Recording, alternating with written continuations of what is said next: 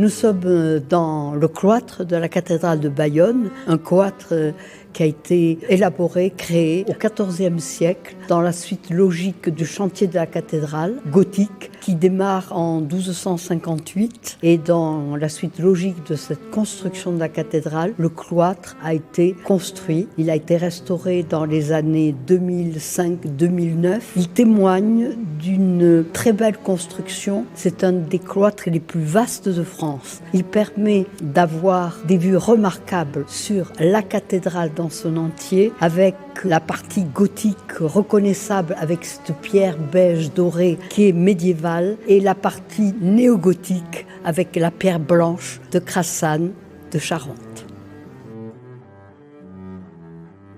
Parmi les objets emblématiques, mes coups de cœur vont bien sûr au très beau tableau de Brenner qui se trouve dans la chapelle de Semaine, La fuite en Égypte, qui est un tableau propriété d'État, classé monument historique et qui présente la marche vers l'Égypte de la Vierge, son enfant dans les bras et le Saint-Joseph. Mais aussi mes coups de cœur vont à des objets qui sont dans la chapelle des Prébandés, un très beau tableau du XXe siècle, Le cri sur la croix de Mariano Andreu. Ce peintre catalan l'a offert en 1969 à André Malraux, ministre de la Culture, pour cette cathédrale de Bayonne et pour cette chapelle. On peut y voir aussi un très beau tableau représentant Saint-Jacques en pèlerin, école espagnole XVIIe siècle, classé également. Un très beau tableau dit de Bassano, XVIe siècle, et aussi une clé de voûte exceptionnelle que nous avons